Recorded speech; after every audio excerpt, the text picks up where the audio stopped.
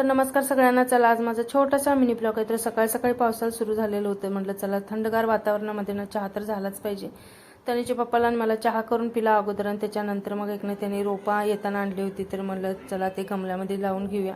गमलं तर काय नव्हतं, पण ते जे काही झाडं होती ना त्याच्यामध्येच मग गमल्यामध्ये रुतवून घेतली. म्हटलं लागू झाल्यानंतर ना ते दुसऱ्या गमल्यामध्ये लावता येतील.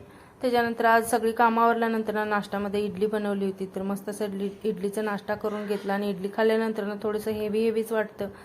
तर मला इथं नाचणी पण नीट करायची होती. म्हटलं चला आळस करण्यापेक्षा ना ते नीट करून एकने दळायला द्यायचं होतं. तर ते डाळ आणि ती नाचणी दळायला दिली.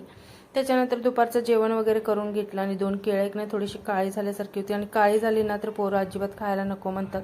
म्हणून म्हटलं चला तर असं काहीतरी पॅनकेक वगैरे बनवून दिला ना तर मस्त आवडीनं खातात. तर 2 केळी घेतली, त्याच्यामध्ये गव्हाचं पीठ टाकलं, साखर टाकली, दूध टाकलं आणि माझ्याकडे वेलची वगैरे काय नव्हती तर तेवढंच टाकून ना मिक्सरला पेस्ट करून घेतली.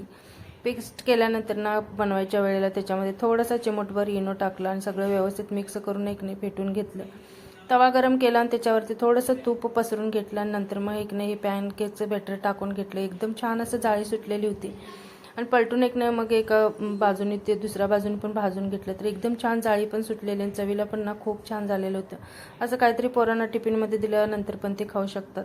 संध्याकाळच्या वेळेला तनीची कपडे वगैरे इस्त्री करायची होती, ती केली आणि मस्त असं एक ना आज अंडा करीन भाकरी बनवली होती. चला तर मग आजचा व्हिडिओ इथेच संपवते. भेटूया उद्याच्या व्हिडिओमध्ये. तोपर्यंत व्हिडिओ आवडला असेल तर लाईक, शेअर आणि सबस्क्राईब करा.